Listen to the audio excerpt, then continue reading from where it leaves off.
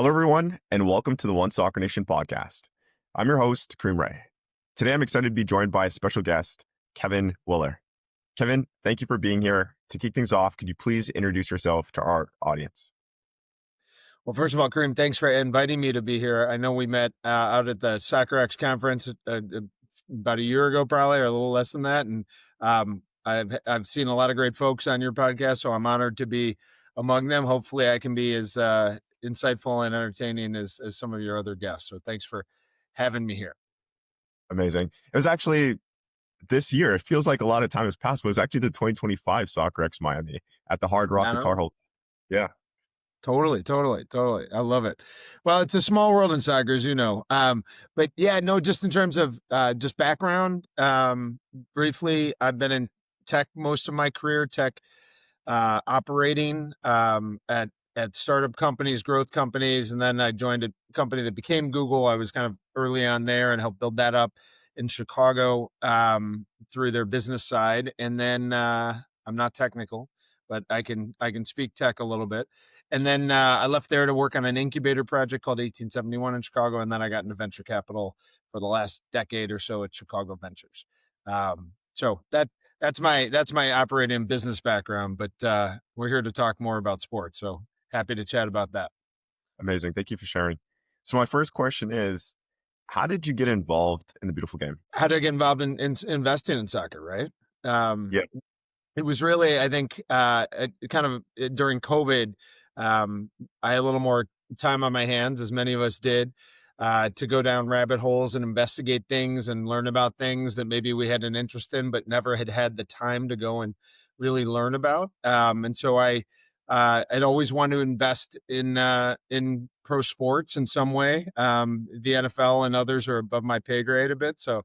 But I also lifelong soccer fan, played when I was younger, but kids play, involved with U.S. Soccer in Chicago. The headquarters used to be here, and have done some work with them for the last decade.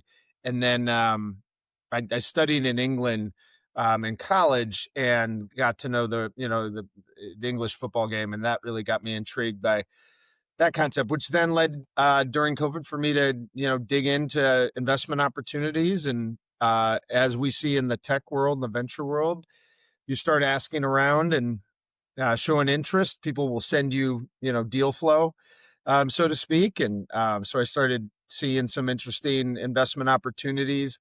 I would say I didn't pull the trigger right away because I realized I didn't know enough and I had to learn. And so I tried to talk to as many smart people in the industry as I could and develop my own kind of personal investment thesis. But I also found if you keep kicking the tires on things and never invest, eventually people will stop sending you those opportunities. So eventually I did make an investment and then another one. And now I have a small portfolio of professional sports investments. Understood. How much time would you say you spent to learn about the beautiful game before you got your feet wet and started to invest? I would say it was about a year and a half, maybe a year. I mean, I can't figure out exactly when the start time was because I think it might have been before COVID when I started to see things, but I didn't really get a chance to dig in. And then the first one I did was actually the pro team in Chicago, the Chicago Red Stars at the time, now the Stars. And so I invested in that, and that was great because it was I was really excited about the opportunities of women's pro soccer growth in the U.S. And then it was in my backyard, and having an opportunity to invest in something in Chicago, where I live and from, was just too good of an opportunity to pass up. Absolutely. How many clubs have you invested in, and could you name them all? Yeah, I know. I was just thinking, like, I've got to make sure I do know how to name them all. I will do it quickly, and I'm happy to talk any of them in detail. But so the Red Stars, which we since have sold to a great new ownership group, so not involved in that one anymore.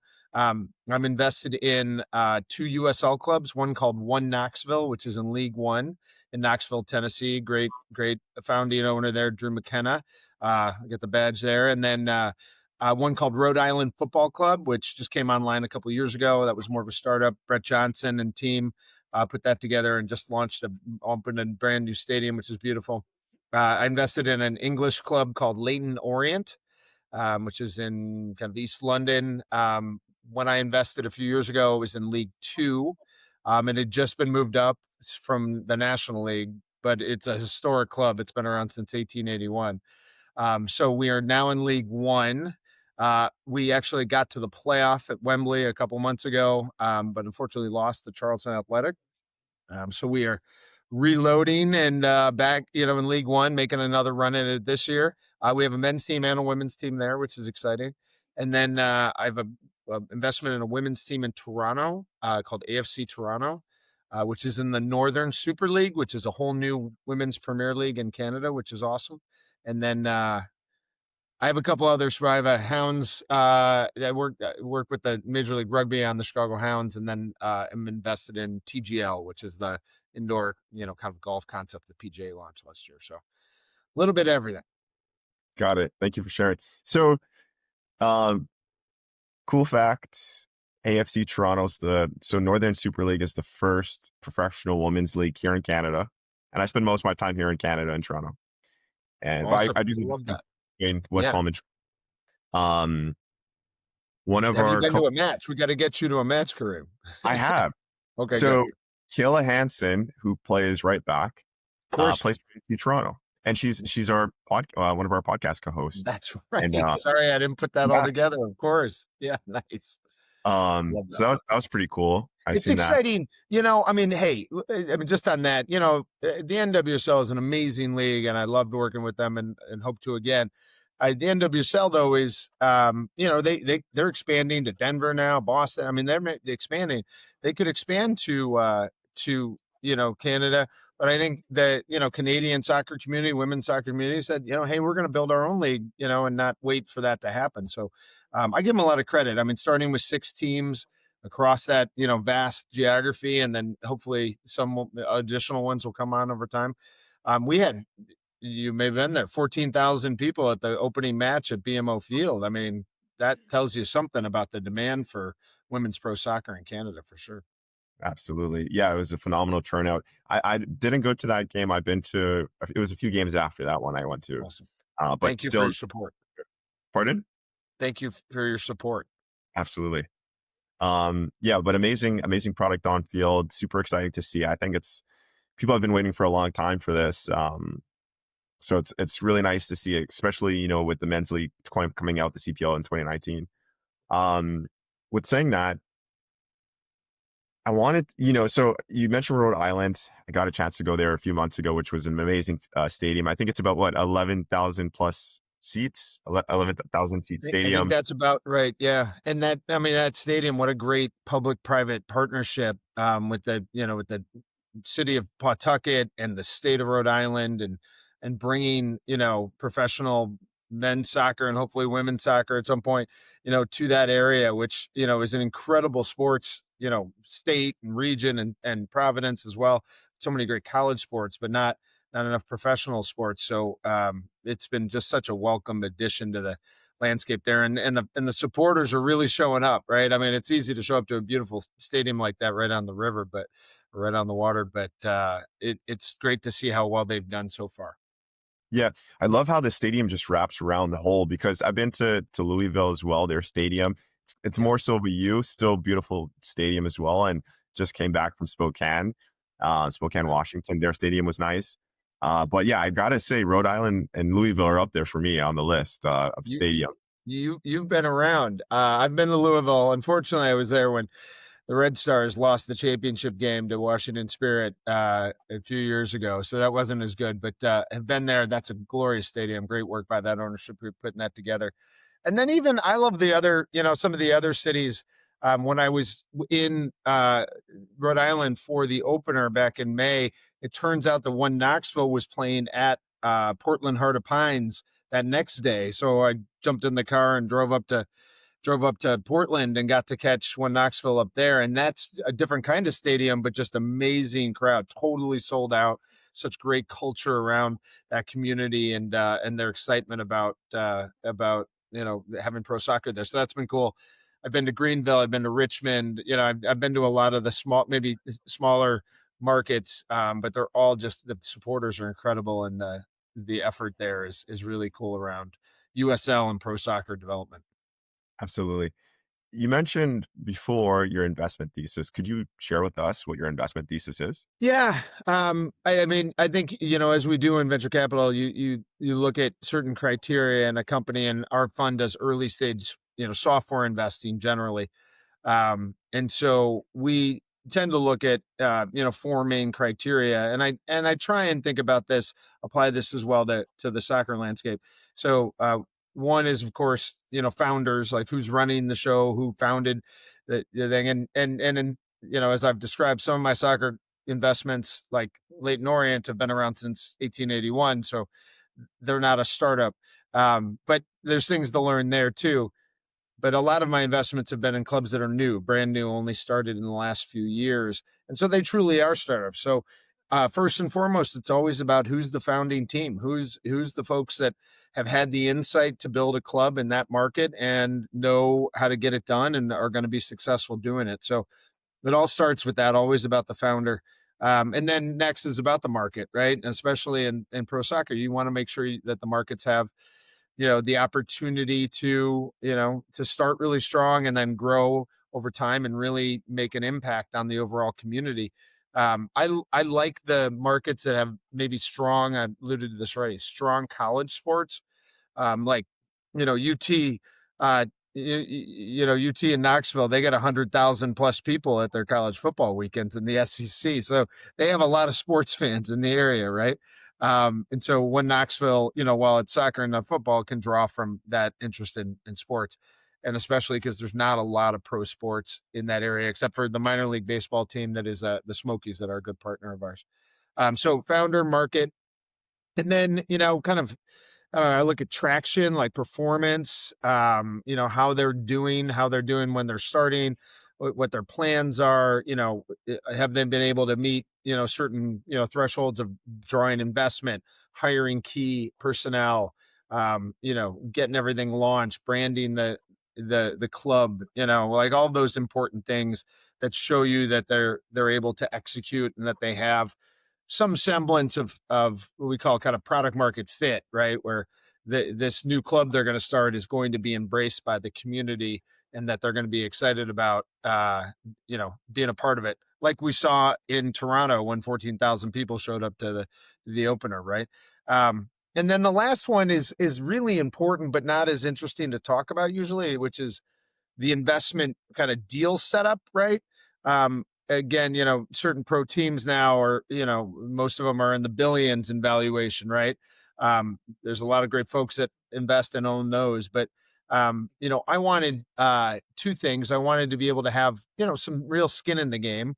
So the valuation was going to have to be in line with the investment that my family was going to make, to grab a certain amount of ownership. It didn't need to be a majority ownership, but definitely I don't want to be a tiny piece of it. So a significant ownership stake. And then number two was I want to be involved. Like I sit on the board of a couple of the clubs, either directly or on their advisory board. Like I want to play a role. Like with the USL, I go to the national meetings a lot of times, and I want to help out. Some people just want to invest and just show up at the matches and have a good time, which is totally fine. I love that too. But I got into this to learn about the sport and to learn about running these clubs, and I've learned a ton in the last few years about them. What's the goal for all the learning? Are you looking at launching your own club eventually soon, or do you still want to stay as just an investor?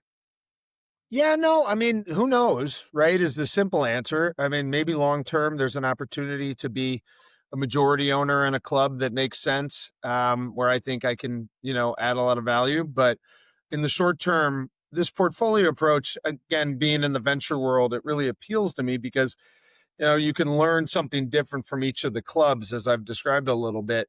Women's, men's, US or international, startup or historical, right? And there's a lots of different things to learn and share those learnings across them. So right now I'm having a lot, and you're hedging your risk, right? I mean, God forbid if one of our clubs went out of business. I don't see that happening, knock on wood. But that does happen, right? So we're clear, like clubs do go out of business. Generally clubs don't make a ton of money at this level, right? They have losses.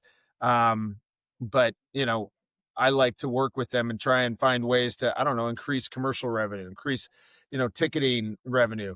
Maybe there's other revenue streams they can look at, and then try and run the business well and not be wasteful, so that the expense side of the equation, matches up.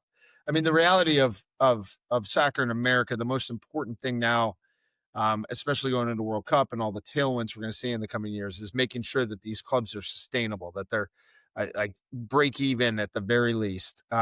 We all know the asset values should increase because there's kind of scarcity of these clubs. You're not going to create 10 different clubs in a market.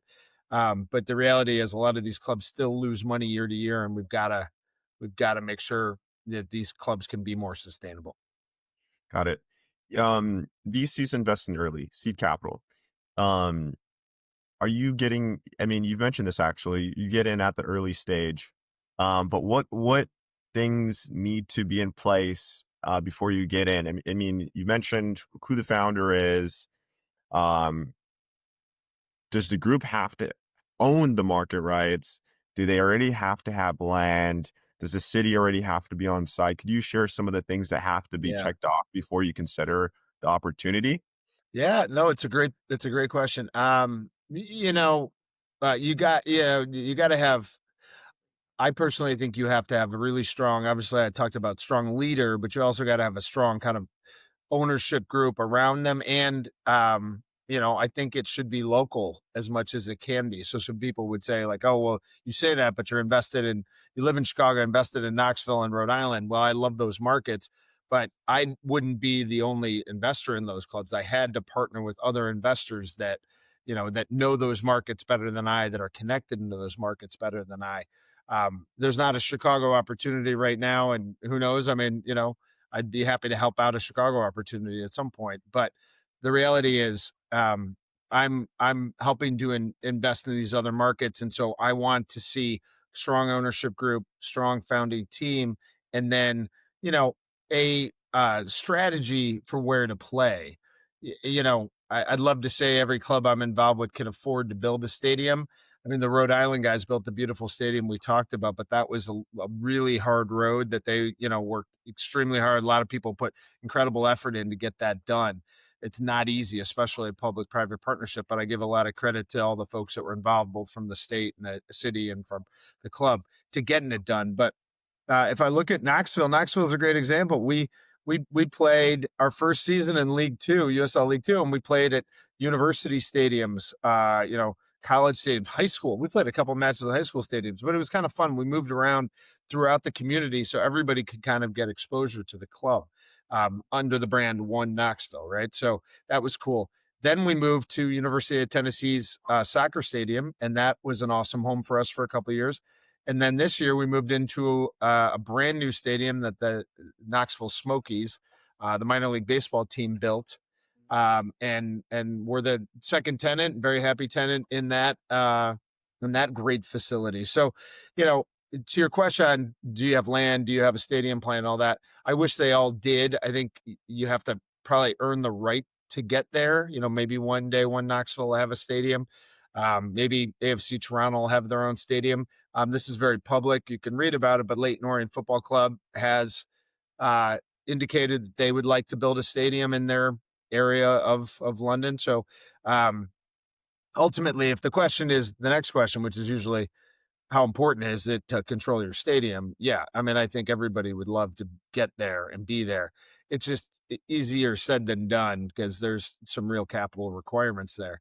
And so sometimes it's better, I think, to start off in maybe a friendly stadium or environment in your community and then build up the club, build up the supporter groups, and then show that you can make the model work and then grow from there once you have that established. Does that make sense?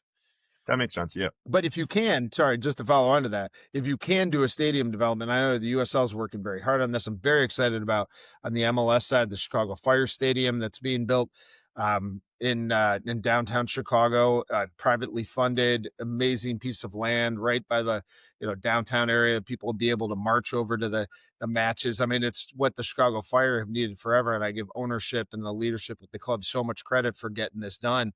And we're trying to help. We're trying to help promote that. We're in our community with the soccer community. We're trying to connect them with big corporations here to become commercial partners. Like it's a team effort. So it's exciting to see that. And I think the USL is looking at a bunch of stadium projects around the country. You can read about them. The renderings are beautiful. I want to live in renderings. Hopefully all these happen because communities around the country deserve, to have great facilities, and these clubs do, and their supporters do. And the costs have come down, to build some of these modular stadiums, and then what do you do around them? How do you activate them? Is there mixed use developments? Are there apartments? Things like that are really fun to look at and hopefully invest in. Yeah. Shout out to Brett Johnson. We've had him on the podcast. He's That's introduced the me to Dan best. Krober. And shout out to Dan Krober. He invited me out to Rhode Island when I wanted to go visit down to Manchester, New Hampshire to view some sites. And shout out to Greg. I'm forgetting his last name. But he's a part of that group. You Yes. know the guys. Yeah, I know exactly what you're talking about. I forget his last name at the moment too. And Dan invited me to be a part of the whole day schedule. We met with like some of city officials. We met with the mayor. We got a tour of the stadium, and we watched the game. And it was against Hearts of Pine. I met Gabe out there, who's the founder of the Hearts of Pine, soon to be Yeah, on the pod. Gabe's awesome. Totally. And then that's a regional kind of derby, maybe. I don't know. What do you think? Maybe they can get that going. Yeah, no, I've heard. I don't know too much, but I've heard that's a rivalry. Um, but it was interesting. The land acquisition for Rhode Island was interesting. But yeah, It was like an old energy plant, I think. I think there was some federal government help to clean up the site. If you actually look on that logo, there's a little electric shock in it, and I think that's a reference to uh, the land, that it's on. But you're right. I mean, there was some cleanup. I mean, I visited it when it was just a dirt patch, and just amazing. And especially in a town, I mean, I don't know all the history, but like Pawtucket that, had famously the Red Sox affiliated for so long that they moved back to Mass and this was a really great boost to that community from an economic development standpoint. So that's what's cool about these things when they can be bigger than the sport, right?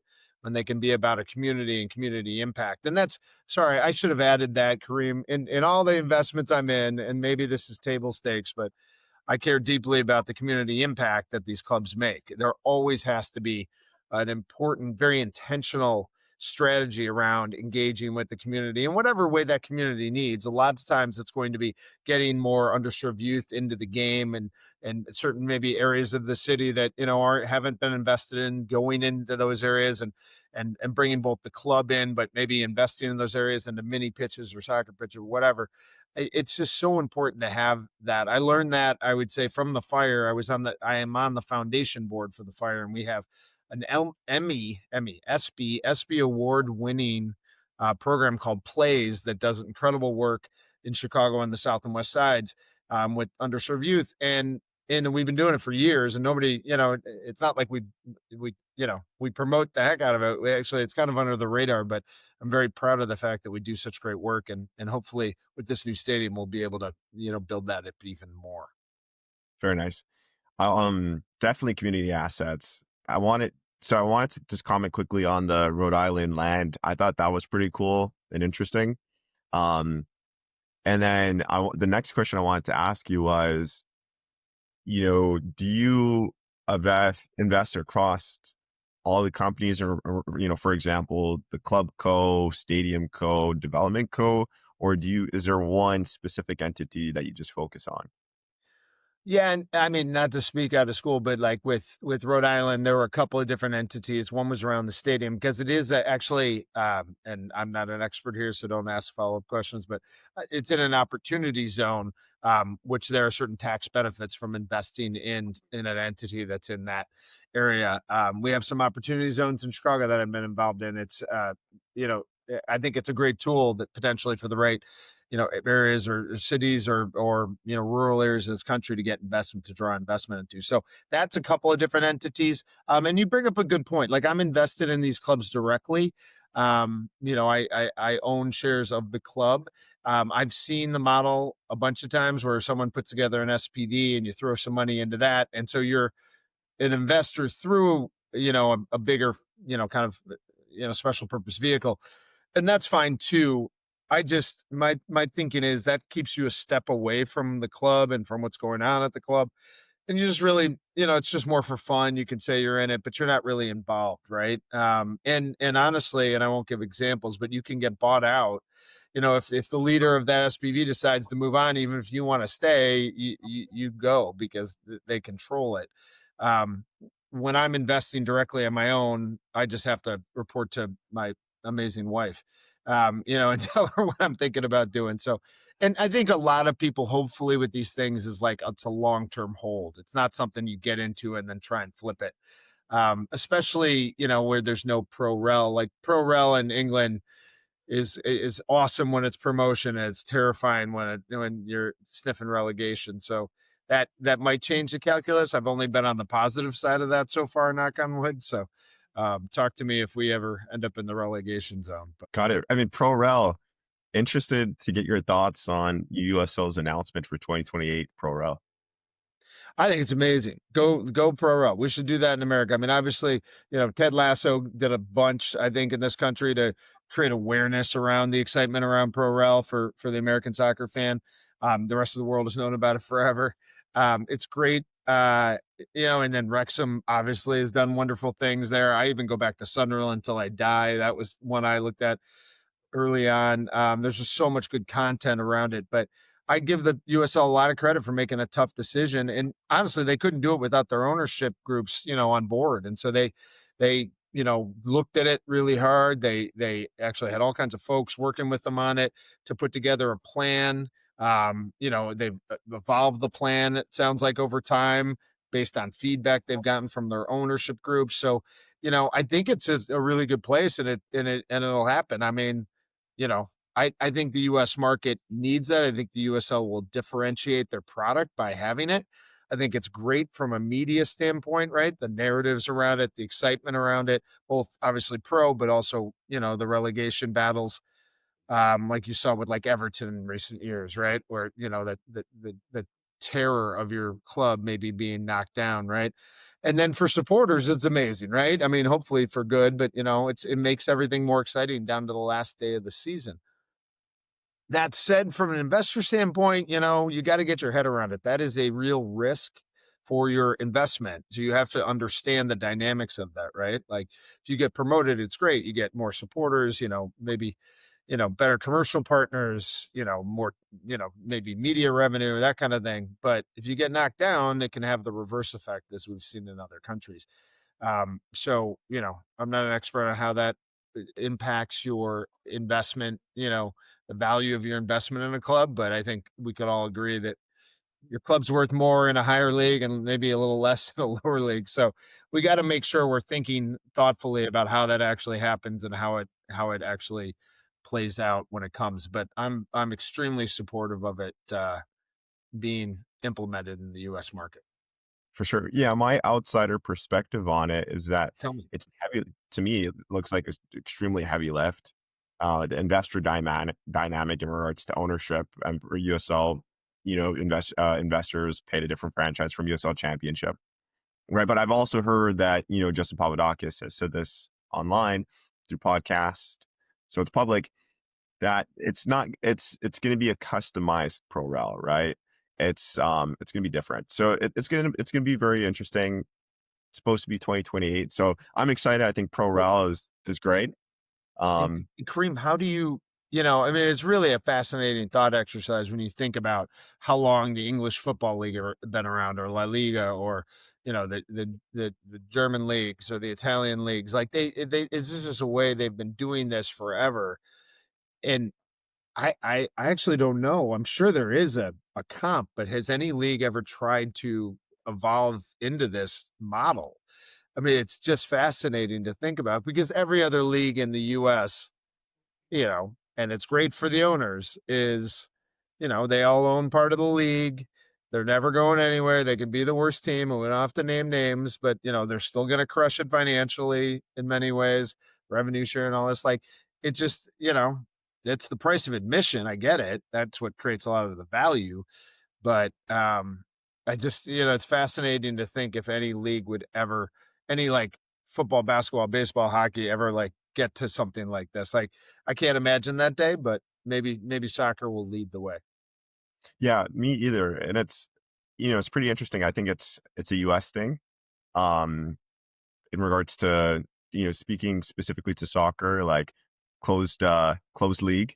But USL is changing that and leading that in the US.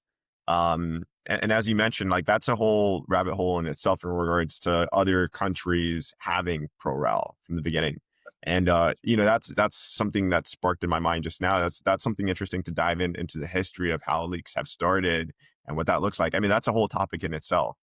But yeah, Right. And very, then and very, then and then and then the farther extension of that, Kareem, of course, you know, with all the craziness that happened a couple of years ago, is the top four teams in England go into this Champions League, which you know some people will argue is more even you know it's the highest point in soccer is to win the Champions League, which I guess makes sense because it's the best teams from all these different countries.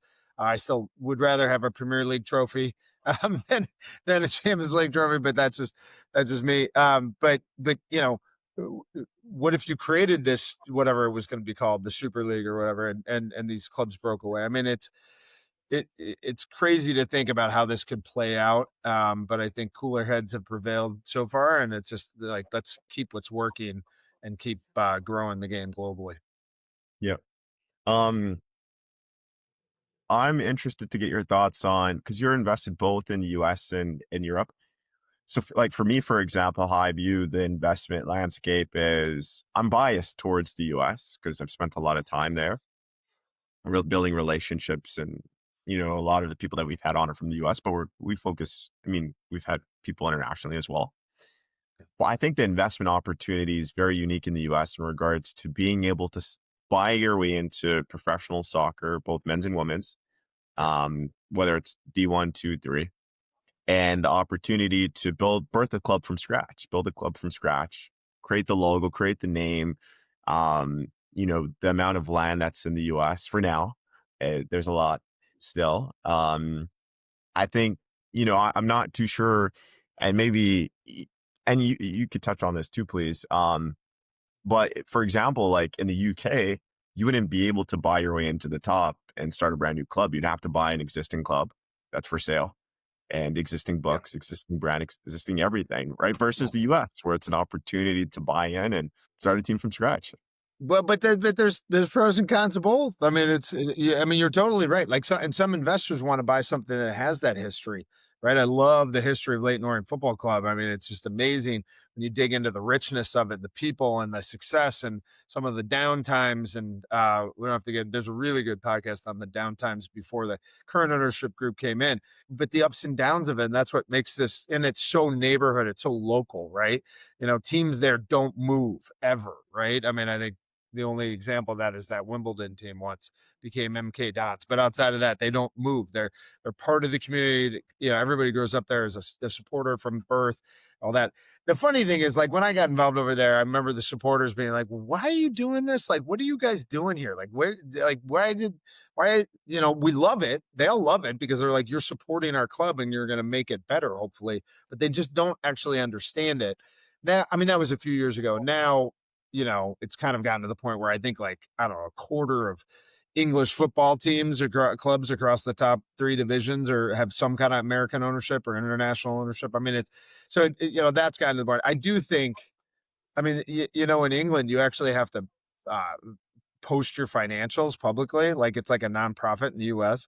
So you actually can see how much everybody's losing. And I mean, I think, we lost like 6 million pounds a year or two ago. And our CEO was like, but we lost less than everybody else. And it was just like, wait, no, like that's not how to run a business. But I think a lot of this investment dollars over there maybe is propping up some of these losses because you got to compete, because if you don't compete, then you get knocked down, to a lower league. Right. So it's, Ben, back to my point on sustainability, but the historical context is really fun. I mean, hey, I would lie if I didn't say when we played Man City at Brisbane Road last February in the FA Cup, that wasn't a highlight of my sporting, life. Going to sporting events and being part of that was just amazing. We were winning 1-0 at half, but lost. When they put the super team in. Anyway, going and experience that is something someone should do at some point in their life for sure. And then try and bring back those experiences and try and figure out how we can start clubs in this country that, that are never going to be the same, but have some similarities and excitement around it. The other thing I'd say is I think the stat is, and Justin has talked about this, Papadakis, that if you had the number of clubs in the US that you had, kind of geographically in England, based on our obviously different size of our geography, that there'd be like 3,000 professional clubs in the US, like 3,000. That means that like we still haven't even scratched the surface, right? Like every city in America should have a professional club at some level, right? I mean, that would be, and I think the USL may have plans for that because it seems like they're expanding, pretty aggressively around the country. But, why shouldn't smaller cities have a team? Like I look at Forward Madison. Madison's an incredible city, right over the border in Wisconsin, capital of the state. They have great college sports with UW-Madison, the Badgers, but what Connor Calloy and the team have done up there and building Forward Madison, the following, do me a favor and go to a match there. It's a special, on a beautiful Wisconsin night, middle of the summer, and they have a cow and they have, great beer and brats, and it's just a great community experience. Like every city should have something like that around the country. Absolutely. Hopefully soon we'll visit all the stadiums in the US in USL 1 and USL Championship, USL Super. That's a good goal, Kareem. I like that goal. I'm in. Thank you. You mentioned league expansion. I feel like every day I'm seeing a new rendering, a new announcement, mixed use development, right? These massive projects. What are your thoughts on the big real estate play with soccer being the anchor? I think let's take it away from soccer for a second, and we can go back to that. But just like I think this, traditionally in the U.S., stadiums were built in certain areas maybe that weren't as attractive, but they could get the fans to go to them. I think about something like the United Center in Chicago, which replaced the Chicago Stadium. United Center, was built with the rise of the Chicago Bulls and Michael Jordan and the Blackhawks, and has seen great things. But if you've ever been to the United Center, it's on the west side of Chicago, not terribly far, a couple miles from downtown Chicago. But all around it is just surface parking lots traditionally, right? It's just kind of you don't go out around there. You go in, you go to the game or the match, and you leave. I give the ownership of the Bulls and Blackhawks a lot of credit. They've announced this project called the 1901 project, and they're building a huge development around the United Center on a lot of these surface lots. So it's going to be really an entertainment district and a great place to go out and spend time, whether there's a game that night or not. So that's the trend. Seeing that locally, seeing it a bit around the country. You can't just build a stadium in the middle of nowhere and just kind of hope people, show up. You have to think more broadly around the community that's going to be around it, whether it's apartments, hotels, restaurants, bars, whatever, about it. But we always got to remember that the stadiums, no matter what sport, they're generally empty, right? We all see them when they're full because that's the only time we go to them. But like, I don't know what percent of the rest of the year most of these stadiums are empty, but it's a lot, right? So how do we find ways to use these stadiums when they're not active for the pro game? How do we do more club events in soccer or youth events, or definitely having women's teams and men's teams sharing a stadium, concerts, I don't know, farmers markets, whatever, winter activities in the north, we have ice skating rinks and stuff in these places. But I think that's really critical because if you're going to make the investment in both the stadium and the area around it, you want to make sure that facility is active, more often than it's not. Right. But I think it's a great investment opportunity. And I think you'll see in a lot of people who don't really care about the sport necessarily. They care more about the real estate opportunity around it. And that's fine. It's, if the anchor is the stadium and then that drives investment around it, that's great. Let's go do that. Yeah. I mean, A lot more coming online, and it's exciting. These are massive projects ranging from 50 million to 100 million to the billions. Big But they got numbers. to be sustainable. But back to the thing, like these things, you can't just build it and hope that they will come. Like you got to know that you have the market there that's going to buy the condos, that's going to stay at the hotels, that's going to go to the restaurants. Like, and there's some smart people around this. Like a good friend of mine works with the Cubs. He has for a long time, and he helped build out a lot of their work around Wrigley, which historic ballpark, but that area hadn't been developed a lot. And now they have a whole group called Marquee Development, and they go and they consult and they partner with these some of these builds around the country um, and help advise them from what they learned doing it around Wrigley. So it's cool to see the new projects learning from the ones in the past, right? Absolutely. Kevin, you're involved with multiple clubs. While you're not moving players between them yet, what kind of insights or strategies have you successfully shared across clubs?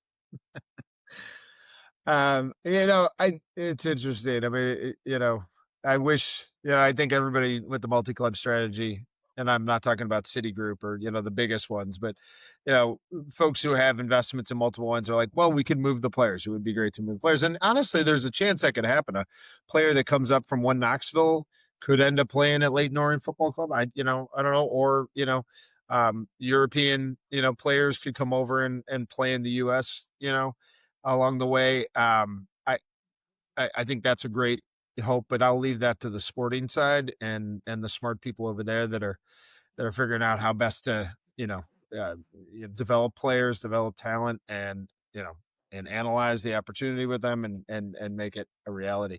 Um, I think most of my work has been done, with the clubs around the business side, right? So everything from commercial opportunities, right?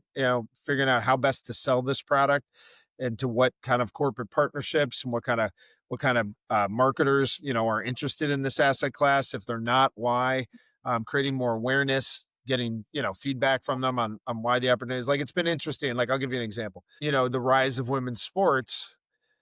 I think we'd all agree that, there's been a spotlight on, in the US, WNBA for sure, Caitlin Clark and a lot of the great players in that league, but then also the NWSL.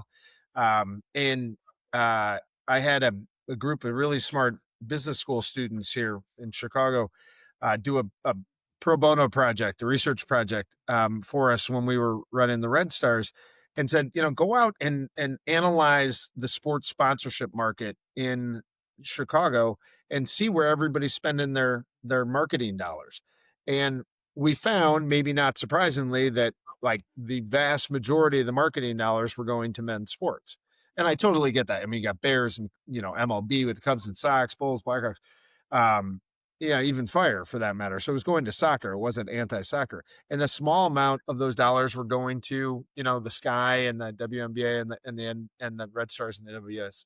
But you also had these companies at the time and still today talking a lot about how important women leaders were in their organization, investing in women's issues, like saying a lot of stuff that would lead you to believe that they should put their marketing dollars behind women's pro sports. But it wasn't happening as much as you would have thought. So I spent a bunch of time with the club, in our time there trying to get their product in front of these corporations, get them in front of the right decision makers, and trying to, educate them and create awareness on why they should be investing in this asset class and not just in men's pro sports, and how in many ways they could get a bigger bang, excuse me, a bigger bang for their buck because, um, you know, getting a small little thing at a football stadium, a small little, placement in the stadium costs millions, you can get a lot more for, maybe those same millions or even less when you're working with an up and coming sport, maybe like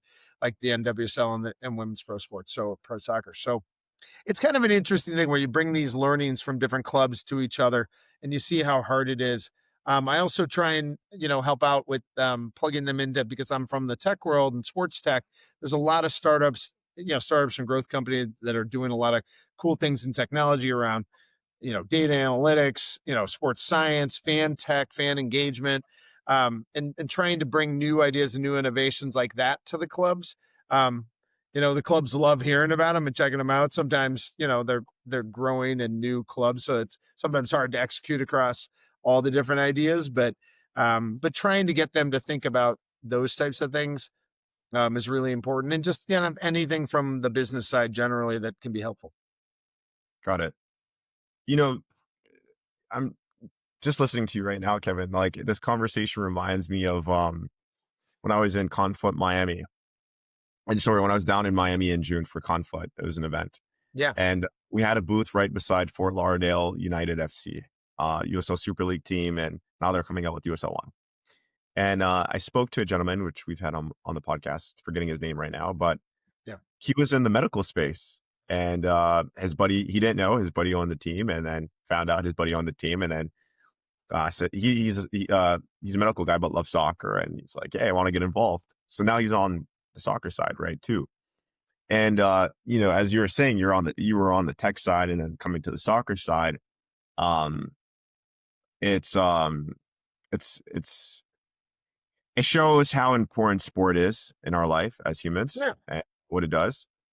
My question, if you'd like to share, is yeah. what does your day to day look like? Like, how do you manage all these things that you're a part of and involved in, and what you're doing? And Yeah, plus, no, yeah. like personal life, like how do you manage everything? No, hey, for personal life is the most important thing. I've got an amazing wife and 3 kids in high school right now, and they'll be hopefully going off to college soon. So, no, the other blessing of COVID, like I go downtown to Chicago, 2 to 3 days a week. But I don't have to be downtown every day like I used to, right? So a lot more work being done up north, which helps on the family side because you can spend more time. You can get to your kids, tennis match or soccer game or football game or whatever, or theater program or whatever they're doing. So family side is first and foremost. But then from a business standpoint, you got to find a way to balance it. I would say I'm spending more time on the sports as might be evident, but just having a lot of fun with it, both with the current clubs I'm involved with, and still looking at new investment opportunities. And then, I actually feel like I spent a fair amount of time talking to people who are thinking about getting into this asset class but haven't done it yet. Which is, I'm probably not the best guy to be talking to, but I try and share my learnings about it so they don't make the same mistakes. So spending a fair amount of time on the sports stuff, which is just, you know, really energized me. You think about a career, and you're, far too young for this, but my first part of my career after college was, operating in a big tech company, with Google for a decade. And then I got into, helping build the Chicago, tech ecosystem and getting into venture capital investing for the next decade. I'm 51, so proud of that. And, I've got, number of years left in my career, but this is something I'm really having a lot of fun and energized with. Still love the venture capital stuff. We can spend a whole nother podcast talking about the ups and downs of venture capital, but we're lucky, we're blessed. We have an incredible portfolio of companies from Spot Hero to Cameo to G2 and Project 44 and Sunbit, tons of others. And I've got to work with so many great founders. But over time, you gravitate towards new opportunities, and this has been a great opportunity for me to learn about a whole new space. And like I said earlier, and this for sure, it's a small world. Like the sports world is shockingly small. You're a couple connections away from kind of anybody in it. But the reality of it too is it's a extremely hardworking, smart, competitive, of course, world where you have to bring the goods. You have to show up and have, some value to add, or, people will move on. Right. So, that's been, and you have to pay it forward, too, where you have to like help out, not really knowing what you're going to get in return. And that's a very Chicago thing for sure. But not expecting something in return, just, trying to help people out. And generally that builds up some goodwill and social capital, and that helps build up the whole thing. But ultimately, Kareem, I mean, as much as I love all this about it, I have a picture on my wall somewhere nearby that has a friend of mine holding up a trophy that he won. I got to hold up a trophy at Leighton Orient when we won the League Two Cup. I missed out a couple other trophies. We don't have to go into that, but it is about getting the silverware, right? You want to win some trophies and be able to celebrate that and celebrate the accomplishment of the club. Absolutely. Um, you know, I have been studying in the VC space a little bit, still ongoing learning. And the saying I've heard is, "You're not betting on the horse, you're betting on the jockey." And I wanted to ask you, what are what are three key things you're looking for in the founder? Yeah, it's funny you brought that up. I mean, I don't know if I'm giving him too much credit, but I do some work at the University of Chicago Booth School of Business where I got my MBA, and one of the professors there of venture capital and private equity, Steve Kaplan, I think was a major researcher on that very question, and he talks about it a lot. So I want to give props to the great smart professors that do the research around those things. But in the venture capital world, you can't invest in a company unless you believe in the founder. You just can't do it because everything is tied up in that founder executing, at least at the early stage. Eventually they might step aside as the company grows, and that's totally normal and sometimes the best thing to do, but you got to believe in the founder that you're investing in. So that's just mission critical. In the sports world, what's interesting is there's all different types of experiences and backgrounds, and someone might not come to the table with a resume that says this is the perfect founder of a soccer club. In fact, many times it's not. It's not someone who has a bunch of experience in the sports world, but they might have been an entrepreneur before. They're a very smart operator. They love the sport and they want to build something.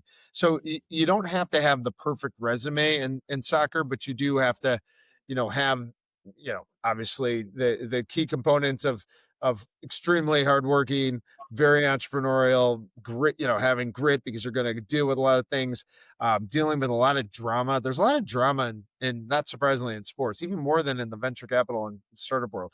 But you also got to be curious. You got to be thoughtful. You got to be pragmatic. Humble is really important to me. Like we're never done, like even if you win a trophy, move on to the next one.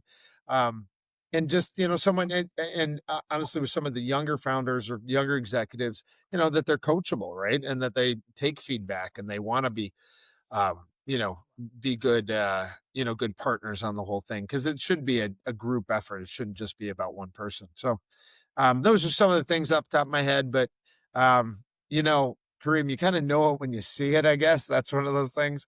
You spend a little time with them. And so that's critical in all my investment decisions. I have to get to know the group that I'm backing. Like Brett Johnson has become a great mentor to me. Nigel Travis, who's our chairman at Leighton Orient Football Club, has taught me so much. So it's been neat to get to know some of these leaders. Got it. Thank you for sharing.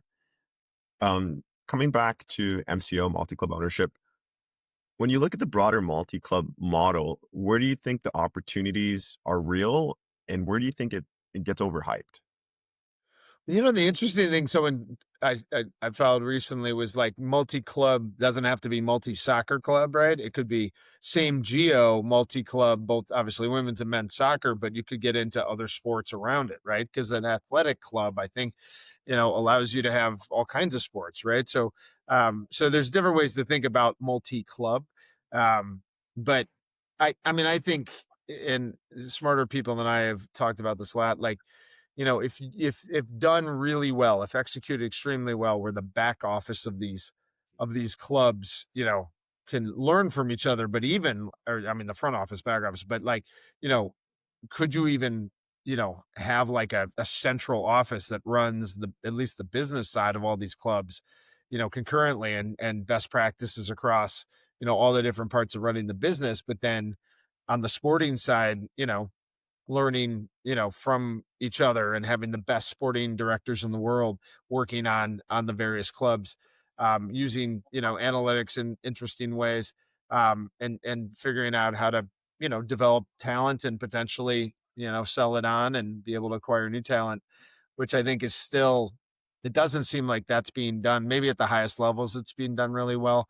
Doesn't seem like it's being done, at the low levels. So there are these great opportunities in multi-club ownership. I like it because I have a portfolio, but if I was like the majority owner of something, I think I would just stick with one and focus on it.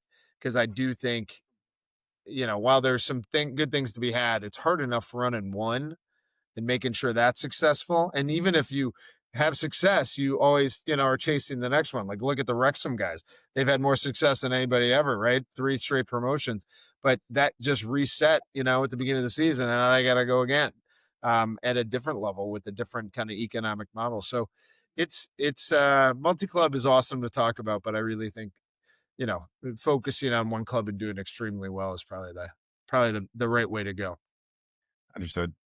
This next question is important for me to ask, because when we spoke offline, I noticed the passion behind this. Women's soccer is on a major growth curve Yeah. worldwide.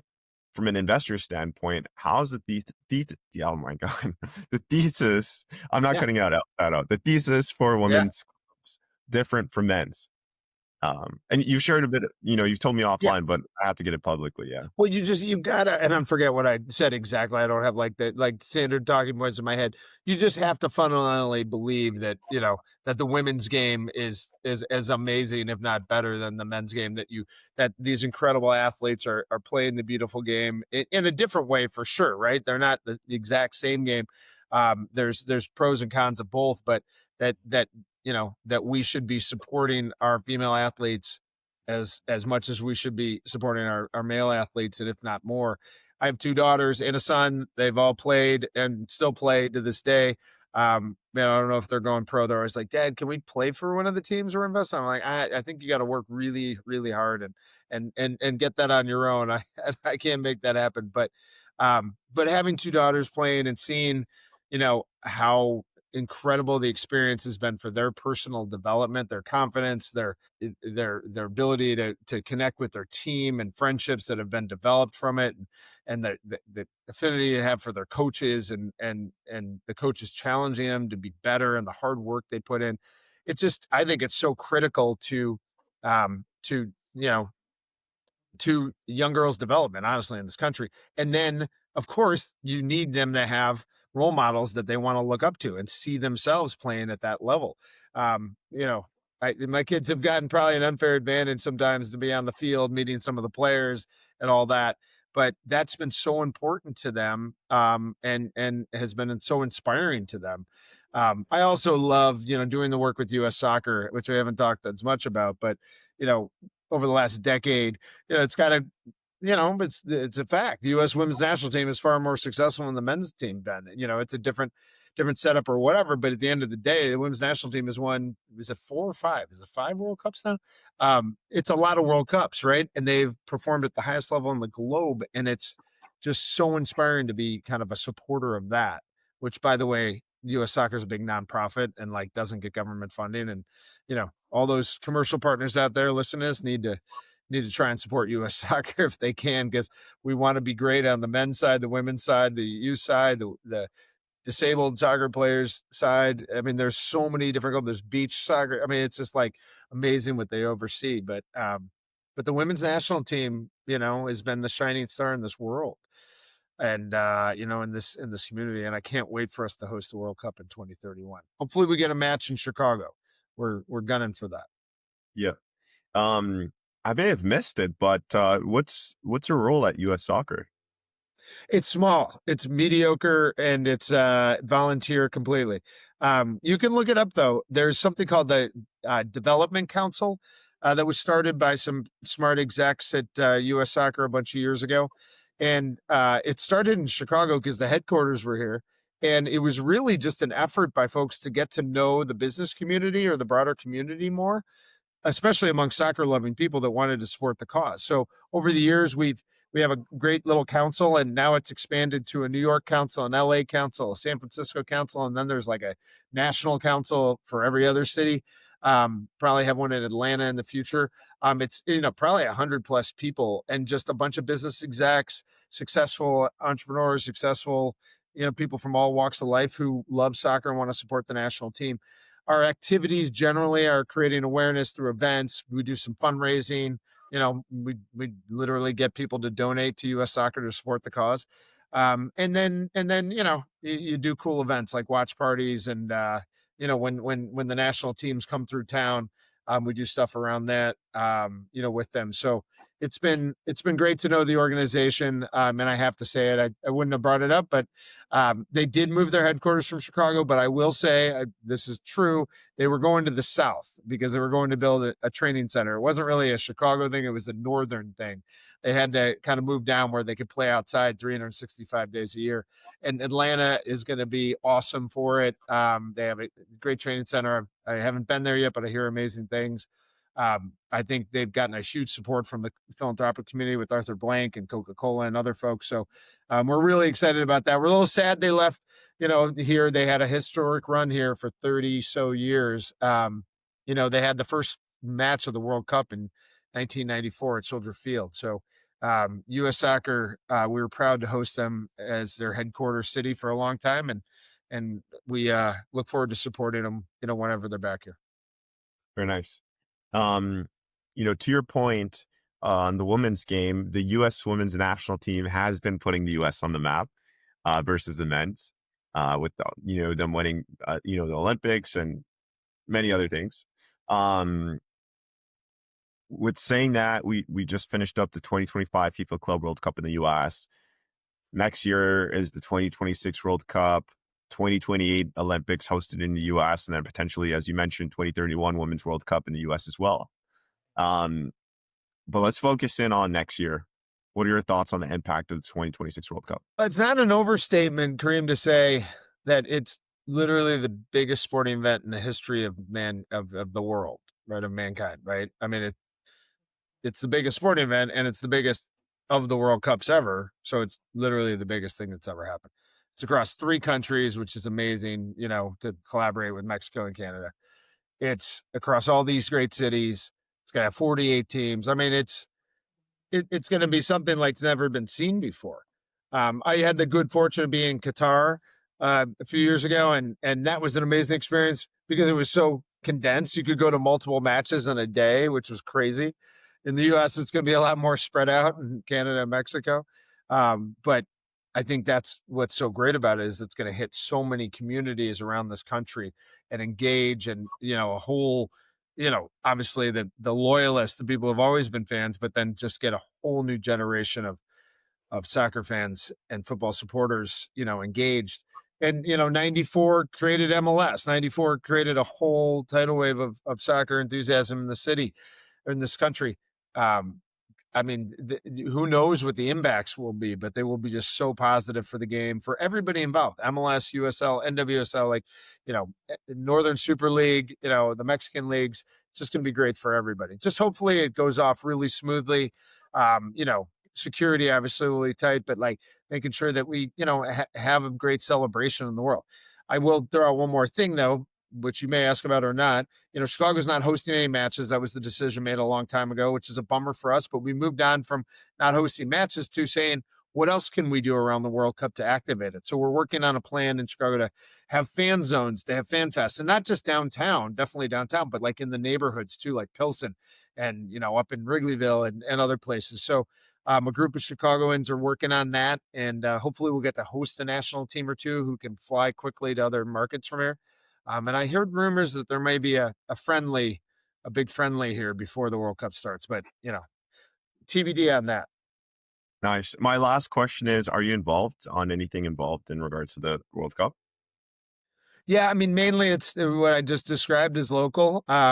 Actually, there's a congressman from the state of Illinois who actually is on he's the congressional co-chair of the soccer caucus, which I didn't even know we had a soccer caucus, but and on the White House task force. I know some folks involved with that.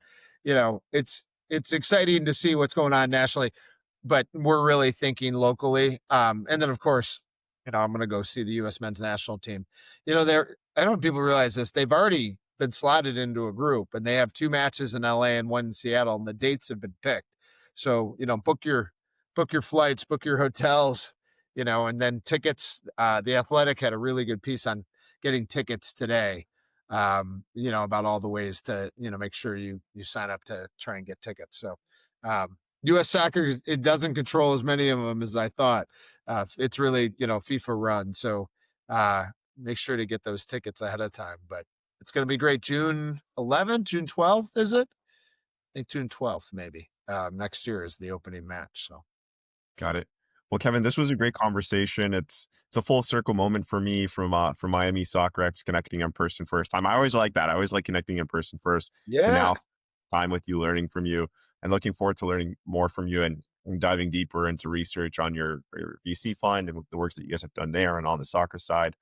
Um, but with saying that, this was great, and I truly appreciate you taking the time for being on the One Soccer Nation podcast. I appreciate you having me, and thanks to you for all your leadership and work in this space. I mean, this is so important for people to get to share a bit of their insights from the industry, and hopefully we can keep building on it. So, good luck to you, and let's keep in touch, and hopefully we get to hang out again soon. Thank you. Thank you.